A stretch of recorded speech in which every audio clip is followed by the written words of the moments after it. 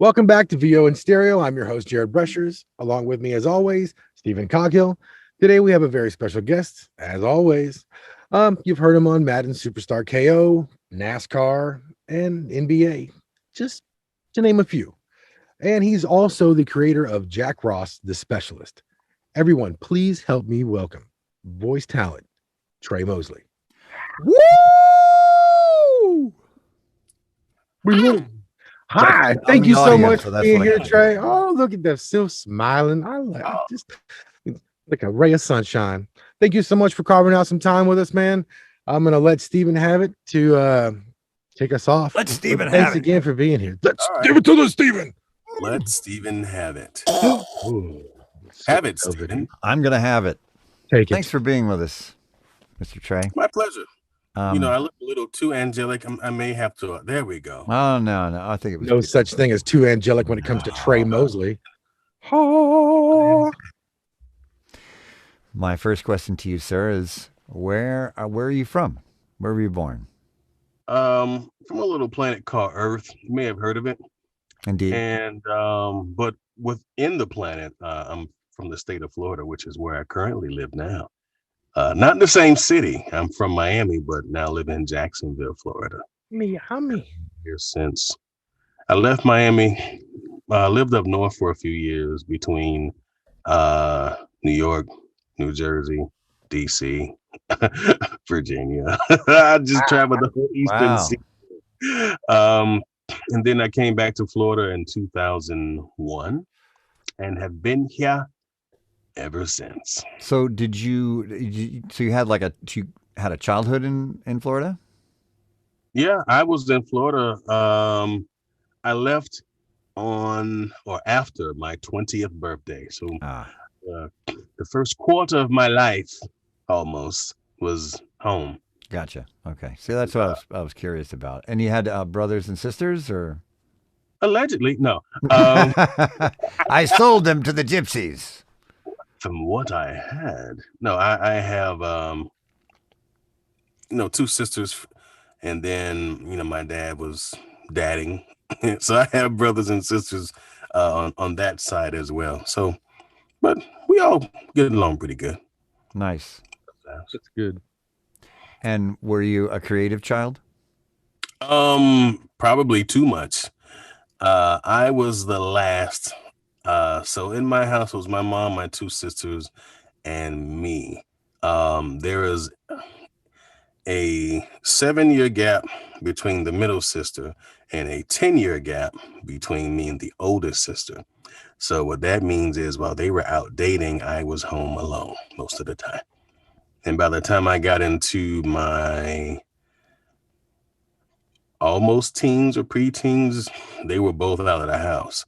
Um, so it was just me and my mom, and being that I was what they called back then a latchkey kid, look it up, youngins.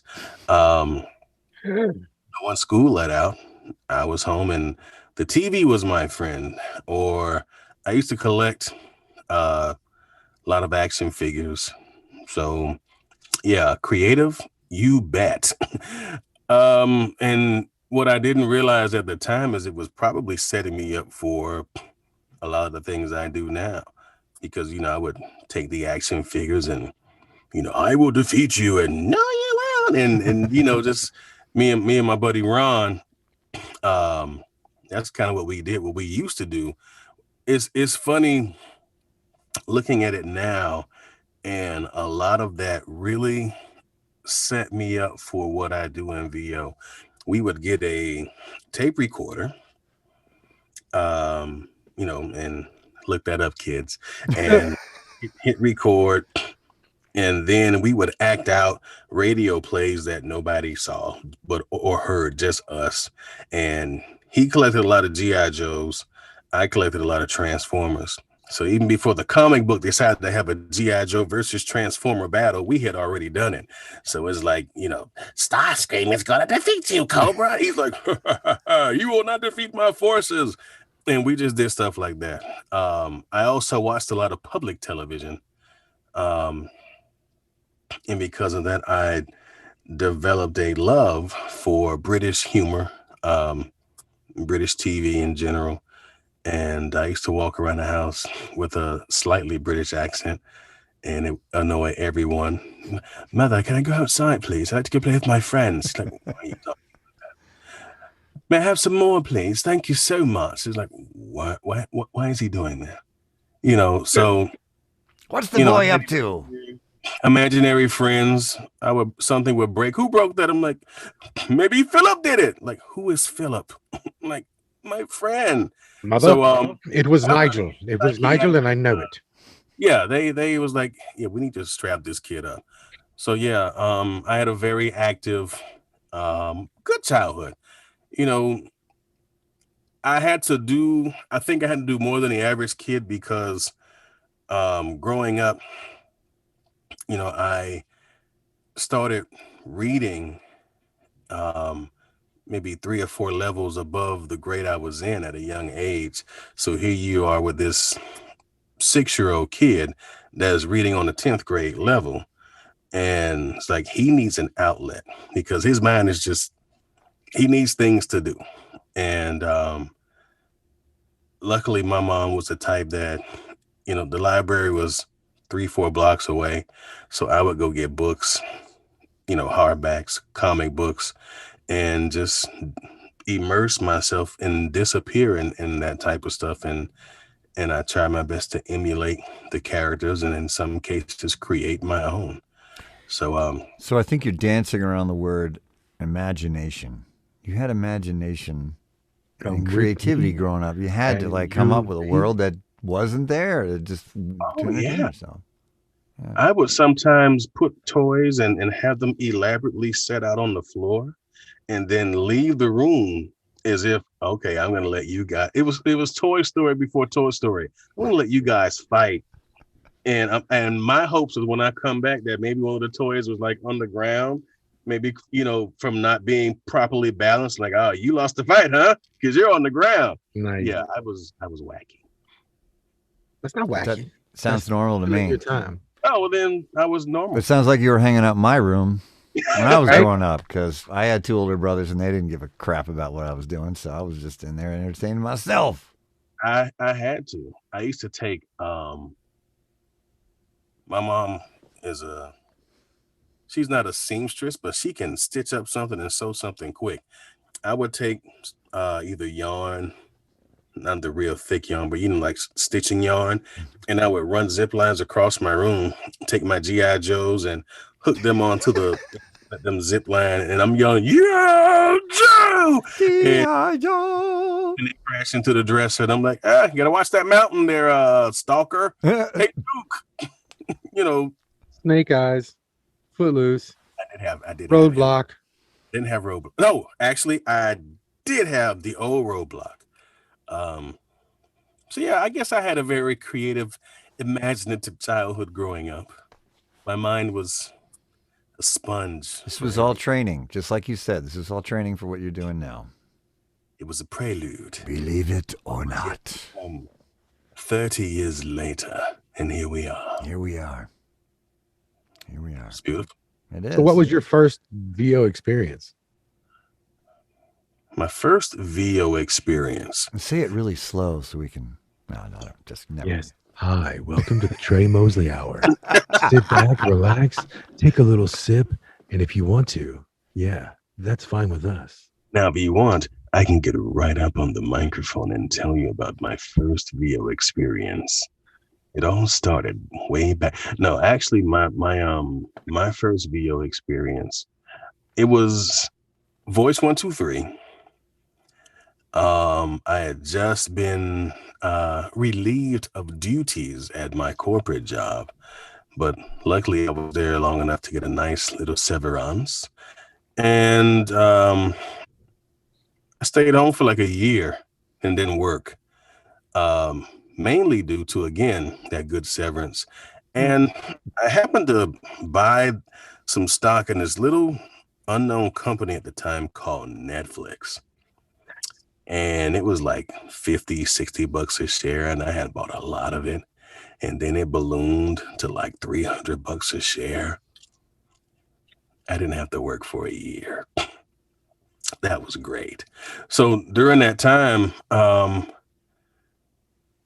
watched a lot of documentaries, a lot of animated stuff, and what I started to do was, look at the credits.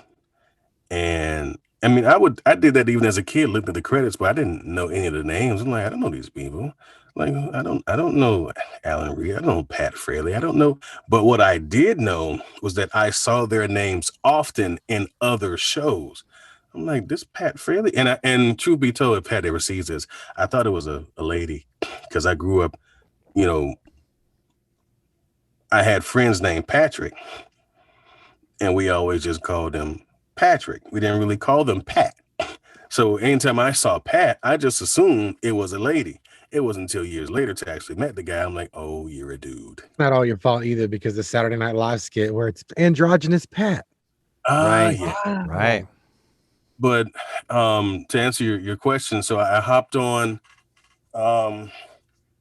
Voice 123 after I got my severance. I remember buying, actually, I still have them, my Alesis M1 active monitors, and I bought a Perception AKG Perception 220 microphone, and I was using SoundForge at the time. That's cutting edge. I remember that. And that was my setup. And I had a little closet in my apartment, and it was a PSA in Spanish, no less, because growing up in Miami, my Spanish used to be pretty good. I can still read it pretty good. So if you put Spanish copy in front of me, after a few reads and I get the cadence of it, I could probably do it pretty good. And it just so happened this thing was in Spanish. And it was a PSA for kids. And this will be, talk about ironies. It was a PSA in Colombia to say no to drugs. Colombian Drug Lords, episode 2. So I'm like,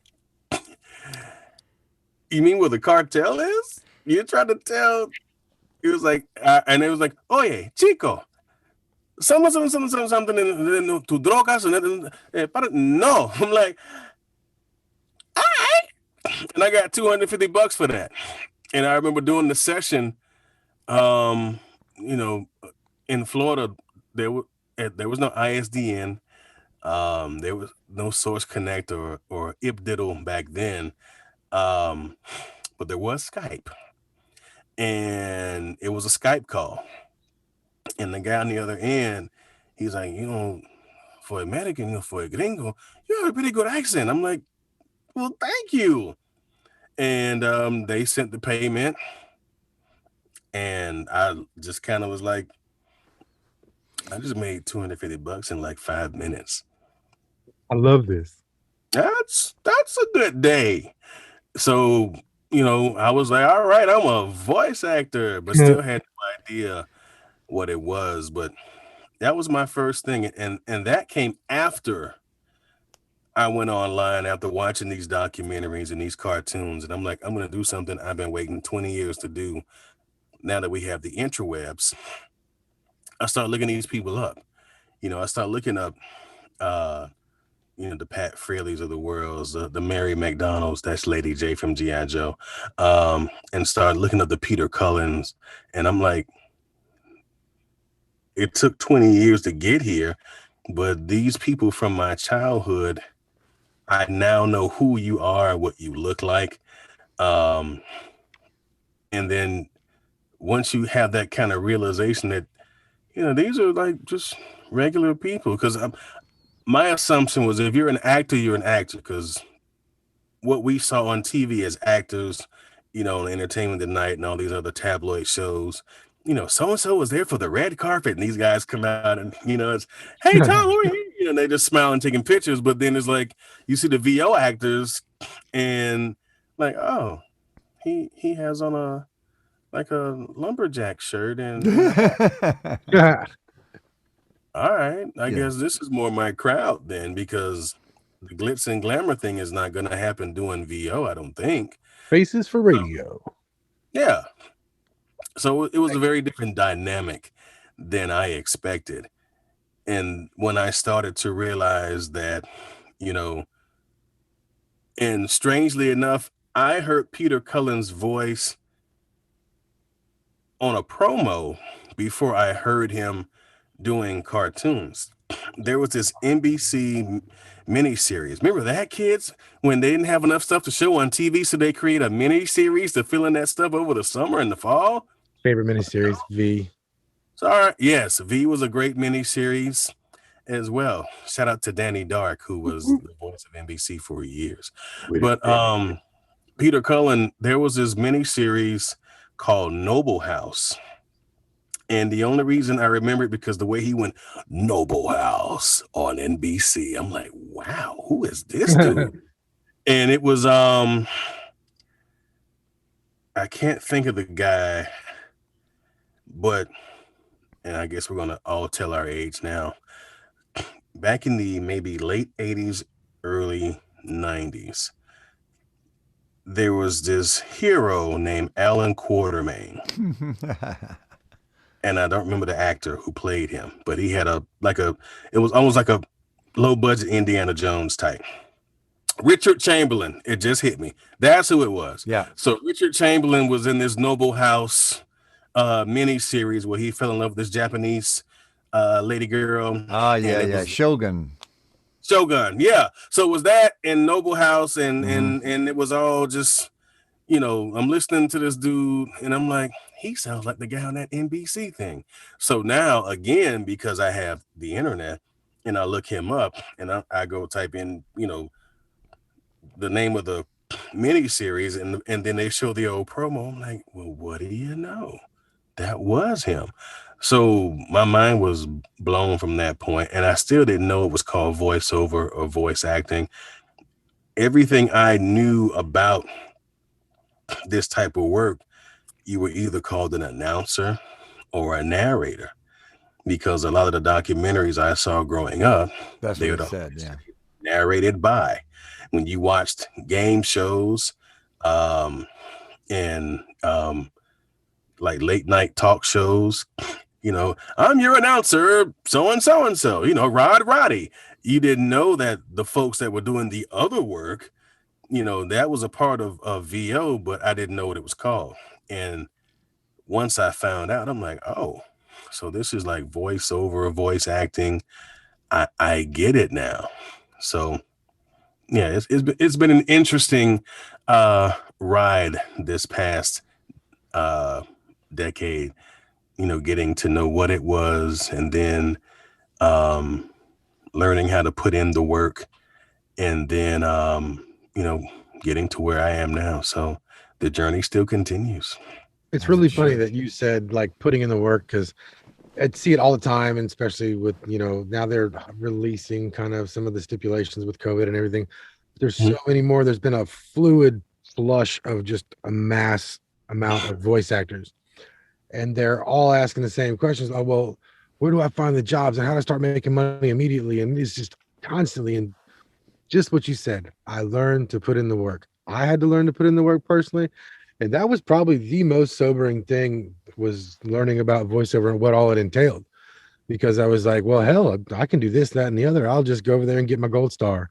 And they're like, oh, no, pumpkin. And I'm like, oh, shit. I got to know this. I got to manage this. I'm a business owner. I'm an entrepreneur. I'm a marketing guy. I'm everything. I'm everything plus the talent. You are a one-stop shop. And it just becomes like, I don't know, like, what could you tell people with that attitude that they come in, they want to make the fast money? Like, what would you tell them? A young lady reached out to me maybe back in January or February. And she said, hey, I want to do what you do. I was on Clubhouse and I did a panel on Clubhouse. And she's like, loved your panel on Clubhouse, so and so and so. How do I get into voiceover? I said, well, what type of VO are you interested in? And her response, it was, so, as a kid, or for children, if you you've had children. So there's always that one jar of Gerbers that they love, and then there's that one when you feed it to them, they kind of make that face. So when I asked her, what type of video are you interested in, and her response was, well, whichever one I can get that bag. I'm like, Wow. I said, well, it's a little bit more than getting the bag. You're about to get a bag of reality. Yeah, I said, what you have to understand is there's training that's involved. Be prepared to be told no a lot.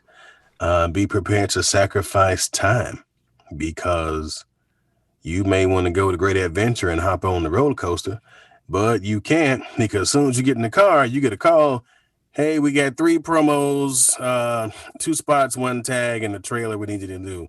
Now you got to turn around and cancel your day, at least, or postpone your day. Maybe not cancel, like, I can't do this right now. I'm like, are you ready for that? I have yet to hear back from that lady. Because she thought I was going to tell her, yeah, all right, so go get this and do that, and shoot for the moon. If you can't do that, be amongst one of the stars. Nah, I saw one of those hilarious clickbait videos. It's like, I'm going to show you how to make $600 to $1,000 every day. Here, go to this website. It's called ACX. All right, now all you got to do is pick one of the projects. Now you're a voice actor. And it's like, no, you forgot training and forgot all a bunch of stuff. And yeah, like you skipped like 9 different steps. But people feed into them. I do some coaching here and there. And one of my students, the first thing they mentioned was, all right, so when do we get to the demo? I said, when you're ready for it. Well, how do you know we're ready? I'm the coach. I know. I'll take you there. I said, this is how you know when you're ready. If I can give you copy, I give you direction, and then you nail it on the first couple of reads, or I give you copy with no direction, and you can just look at that copy and say, okay, here's what I'm feeling about what I'm reading, and then you give it to me, and then I reveal, you were close to the direction that they were looking for. That's how you know you're ready. You can take script cold and, make it into something. If you still have to, I used to compare it to, and you both are musicians, so you'll probably understand this. Imagine someone who's in the booth, they're hearing the music in their cans, and it's like taking them a really long time to feel it. And you're like, okay, it's been like a minute now. Is he gonna start singing? Is he gonna start rapping? And there's that one dude, yo, turn me up. Yeah, turn me up. Like, it's on 13. When are you gonna start?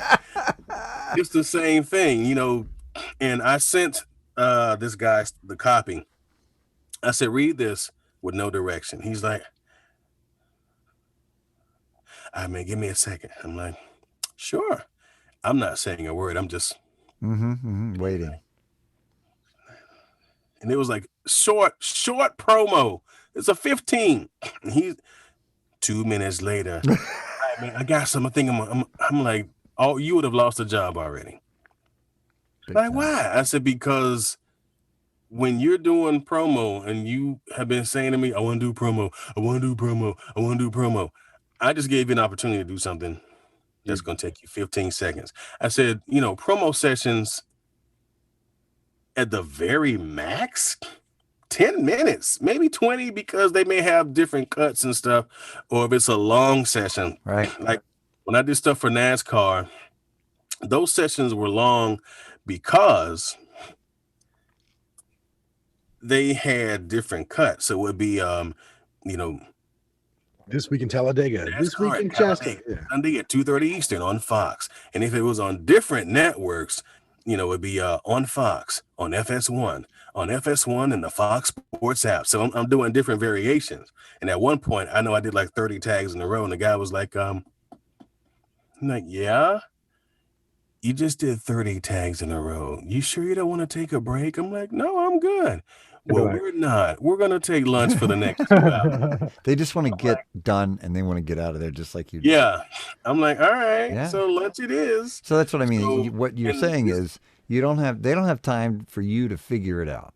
They yeah, want they don't. you to be ready to bring it when they have it, and they're like, "Okay, go," and you go, "Okay, here it is," and they go, "Great, move on to the And next thing." that's it. That's exactly it. Yeah. And it's one thing to have the best demo in the world, but if you can't replicate that in real life, in real time, now you've wasted not only your time getting this thing done, but the people who have been duped thinking, oh yeah, they're a pro.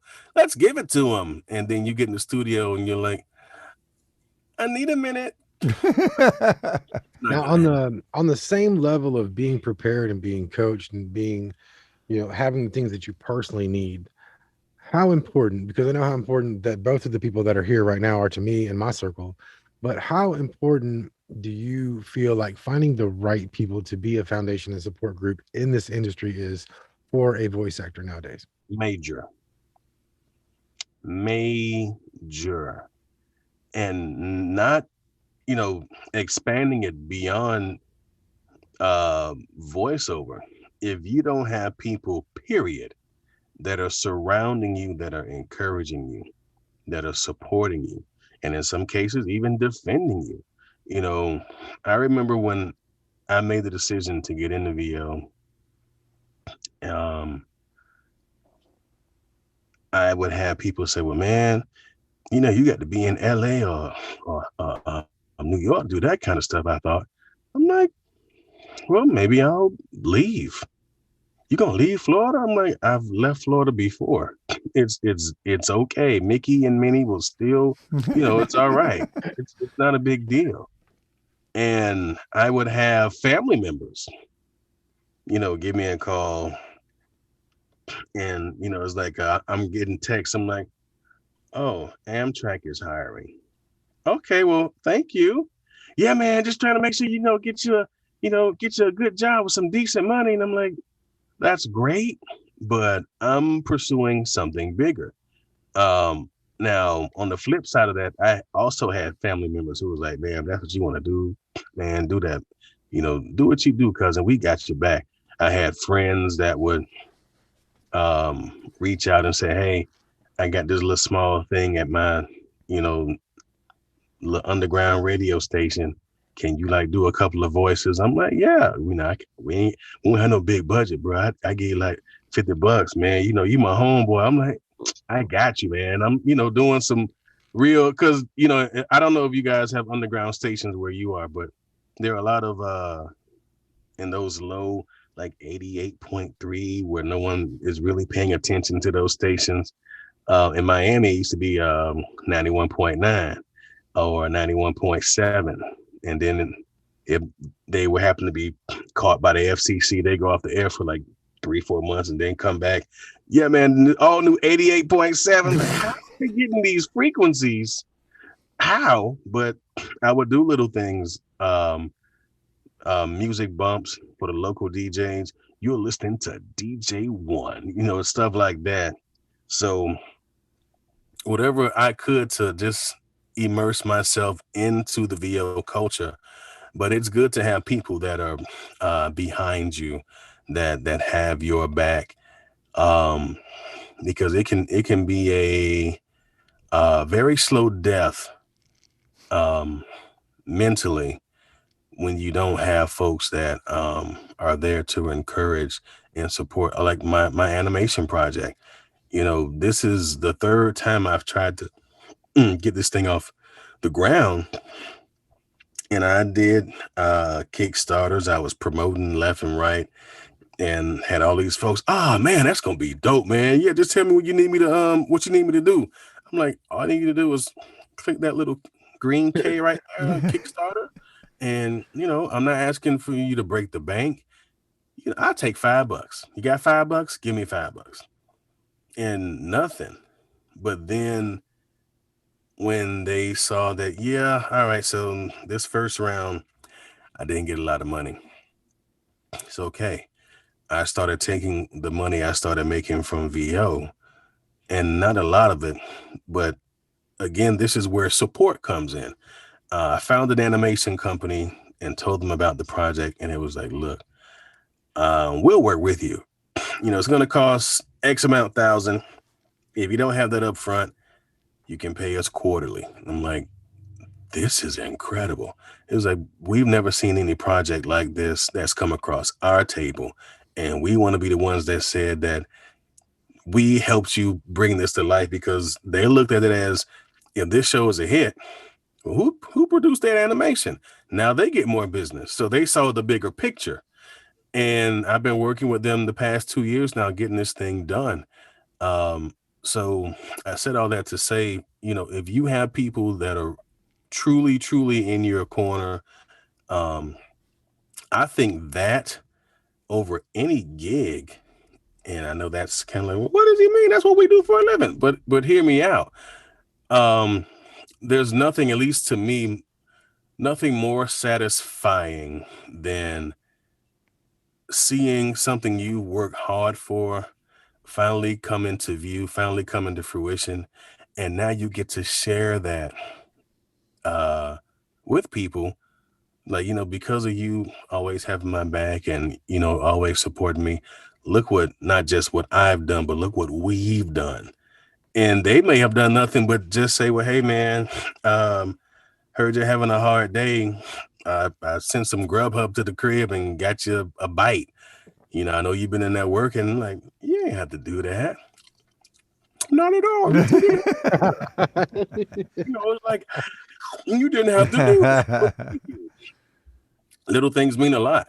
So, yeah, I am a proponent of having a community of folks. Yeah, that's very important. A nice circle of people that care about you and care about what you do. You brought up your animation product. So how did that come about? Was that something you had in your mind, or how did that start? Well,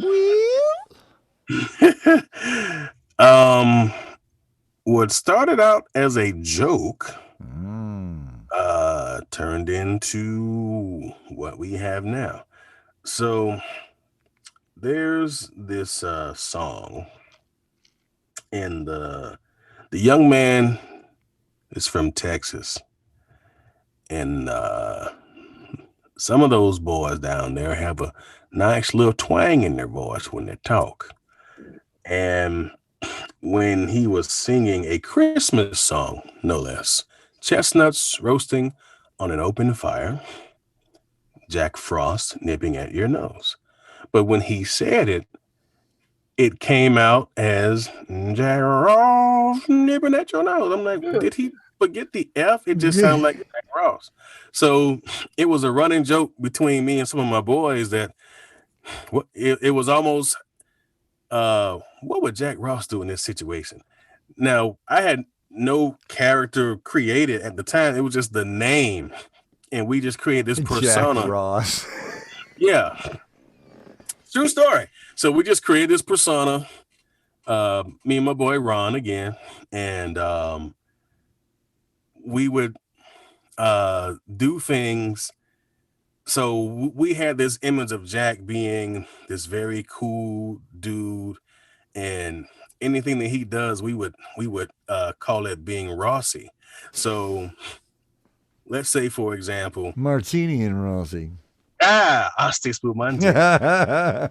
We would, open a door for a young lady, and you're like, see, now that's being Rossi. You're telling her you're a classy guy, that kind of thing.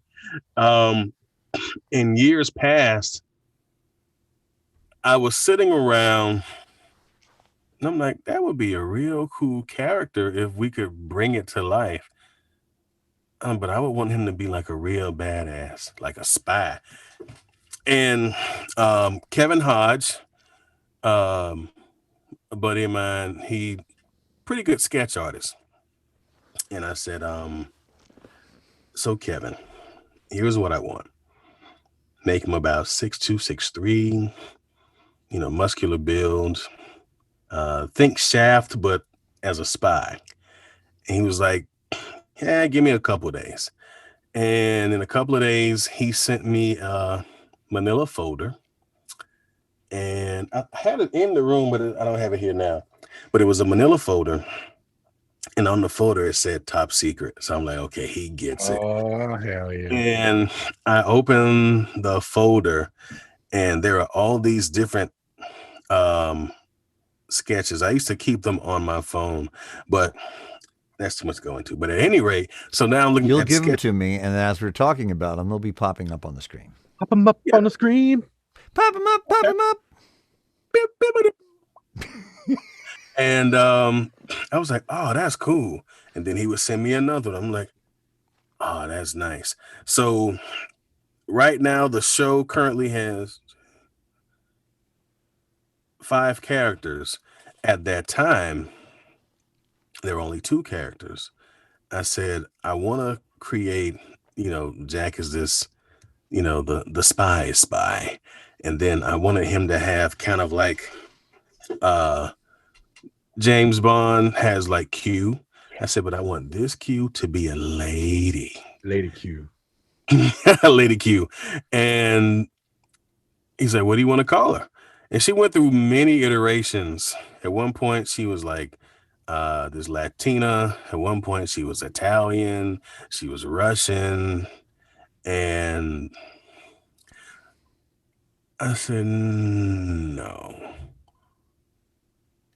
I think I want to make this show. I want to put people of color in the spotlight.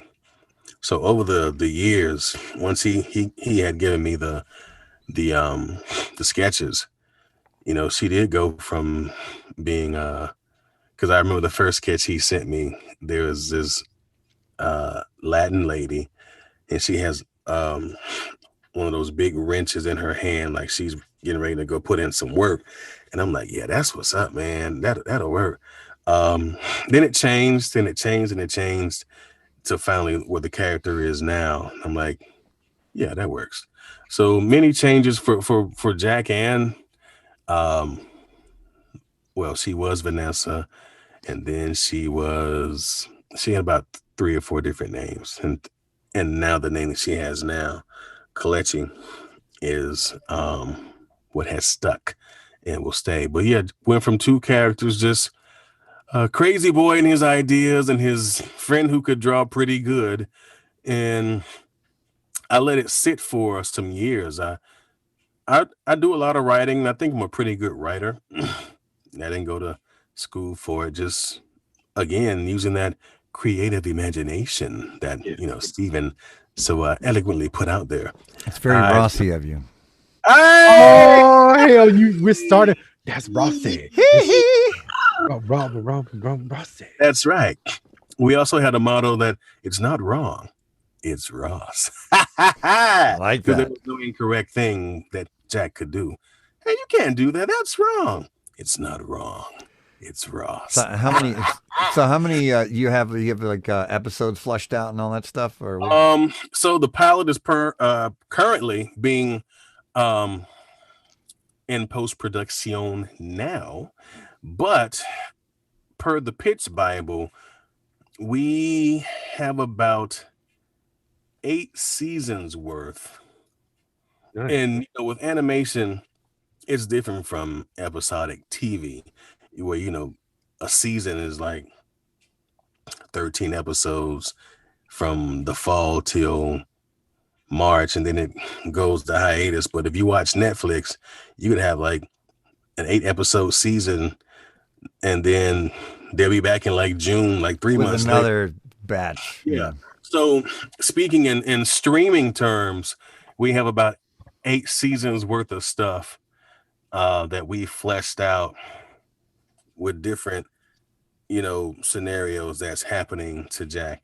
Some people ask, well, what is the show really about? I said, to be honest, yes, there's a really cool spy that kicks ass and gets all the girls, but the under line of that is it's about family. So brief synopsis: you have a guy who's a spy who does all these spy things, all these Rossi wonderful things, but he does not have a history of family. And that has plagued him over the years. So the subplot of the show, when he's not saving the world, he's trying to find who he is and where he comes from, and why the things that happened to him at a young age that kind of molded him into becoming this guy with this sharp, keen senses and being so focused. Why are you the way you are? And the revelation at the end will shock you, but we can't tell you that because then you won't want to watch the show. Please don't. Oh, But yeah, it's we got, like I said, about 8 seasons worth. We're putting together different nemesis, that's bad guys, and for you youngsters out there, that's a bad guy. And my dream is to really have enough content that perhaps maybe a spinoff. I always said that if I got into a position and I'm able to get voice actors of color that maybe didn't get opportunities because A, people didn't know they were out there, B, people just didn't give them a shot because of what they looked or sounded like, or C, just didn't give about them anyway, there's a home for you on this show. If it's greenlit and whichever fill in the blank streaming service says, all right, you want 8 seasons, well, you got 8 seasons. I'm going to do my best to make that happen. And I've told, because there were a lot of people that auditioned for the parts.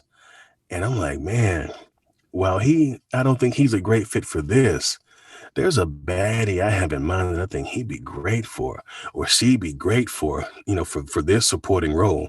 So if you're watching and you auditioned for this show and you did not get picked, doesn't mean that you're not going to get work. It just means you were not for this pilot. You might be in season 7 as a supporting role as a janitor that walked on. I don't know. Yeah, I mean, you never know. I did a podcast thingy with Dave Fano, and he was talking about the show. He was like, well, hey, how come I didn't get selected for a part? I'm like, stop. Did you audition? I'm like, Dave Fano wants to do my show. That's kind of cool. Right. So I did create a character for him. I haven't told him about it yet, but if he watches this. If you watch this, Dave, I got something for you, mate. But inside scoop. Yeah. So I've been having a ball doing it. The animation team, Essence Animation Studios, they themselves are majority people of color as well. Just a great team, and I know people are tired of hearing about, well, representation matters. Well, it still does. And, I'm going to do my best to make sure that we are properly represented. And, every character that comes through doesn't have to be the thug character or the gangbanger or just fill in the blank negative connotation. That don't feed into stereotypes like an asshole. I'm sorry. I'm very blunt, Trey. That's what he said. I was just trying to be clean. I didn't know we could cuss on this show. Oh, yeah. This is like late night VO. Oh. Please like and subscribe, everyone out there. Right. In TV land. You got to do me a favor, Trey. You got to start telling people where they can find you so we can put little information stuff up on the screen of how they find Trey. All right. Well, my address. Oh, you mean like... Not your physical address. Unless you want. Don't come here. Yeah, don't want them showing up in their underwear. Trey. You don't want to come here. I'm thinking more like .coms and @Twitters and all that stuff. Right. Come on, Trey. All right. Well, doggone it, man. You can go to my website, which is tremosley.com. That's TRE, no Y. Just TRE. Showing down below. MOS. Strangely enough, I did buy the domain that says TREY, Tre Mosley, because I know it happens at least once or twice.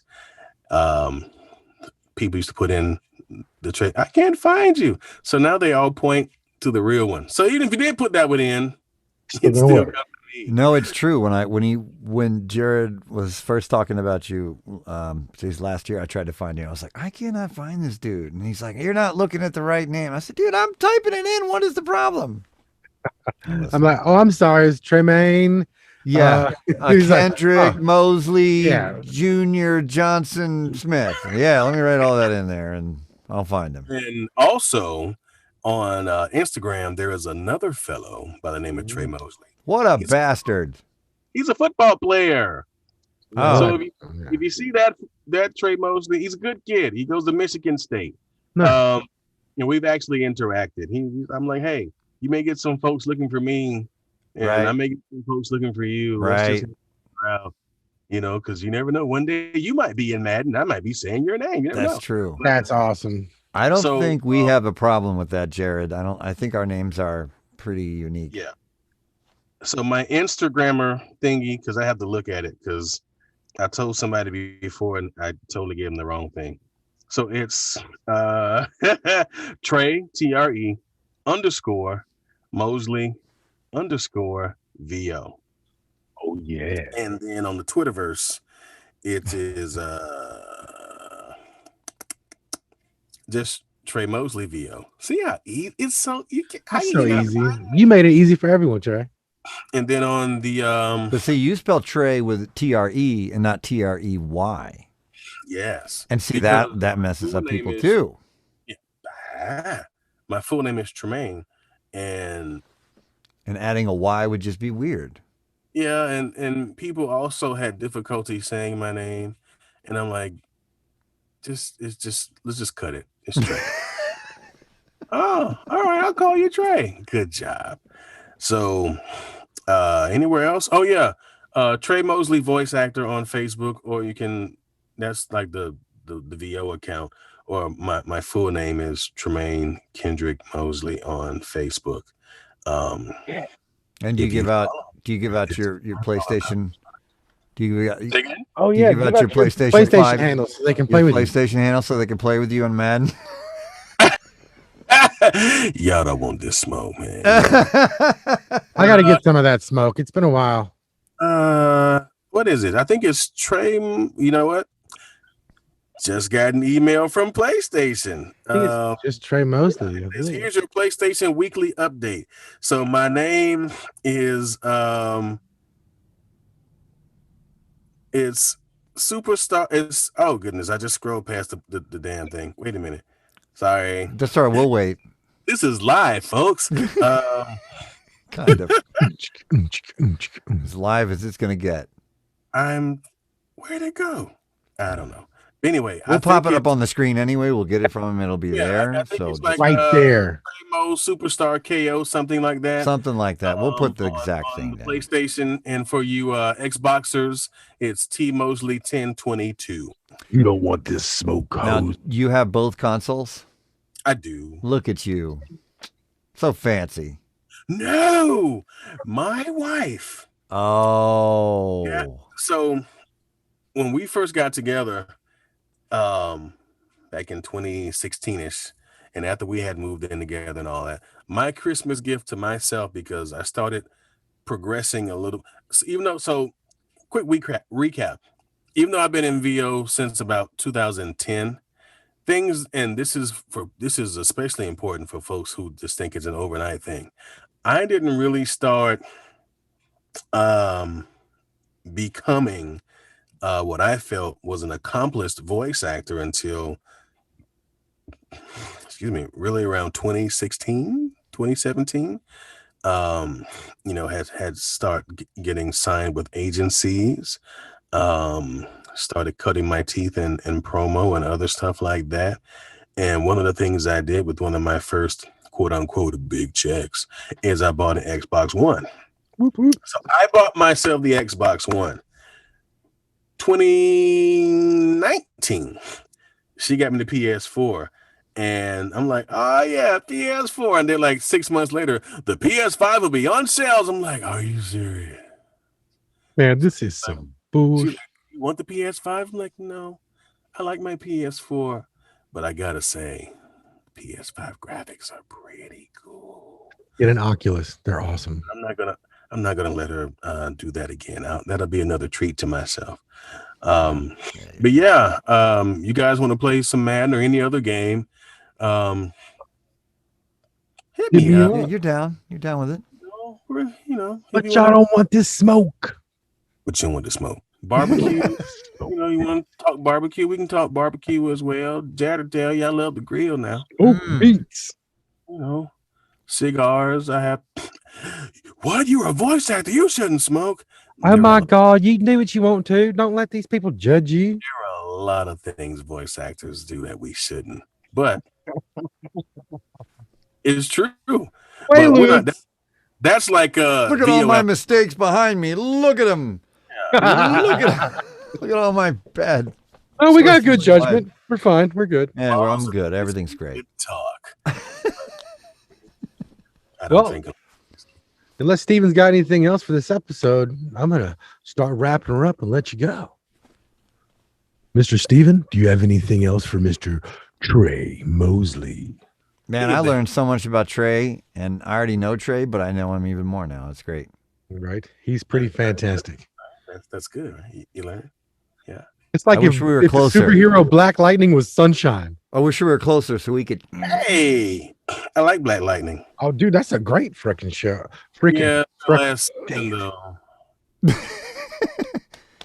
I wish you were closer so we could race RC cars, but you don't. Hold on, gentlemen. I gotta end the recording before we get on RC cars. Yeah, I know. We'll be going on there for like 4 hours. So I'm gonna take that reign real quick. Everybody, this is another fantastic episode. Thank you so much, Tre, for being on. Again, we'll have all the links, all the fun stuff will be in there. Again, thank you to Steven Coghill. He does so much on the show. Again, I say it again. Thanks, Tre. It's been another episode of VO in Stereo, guys. We'll see you next time. Thanks. VO in Stereo. Take care.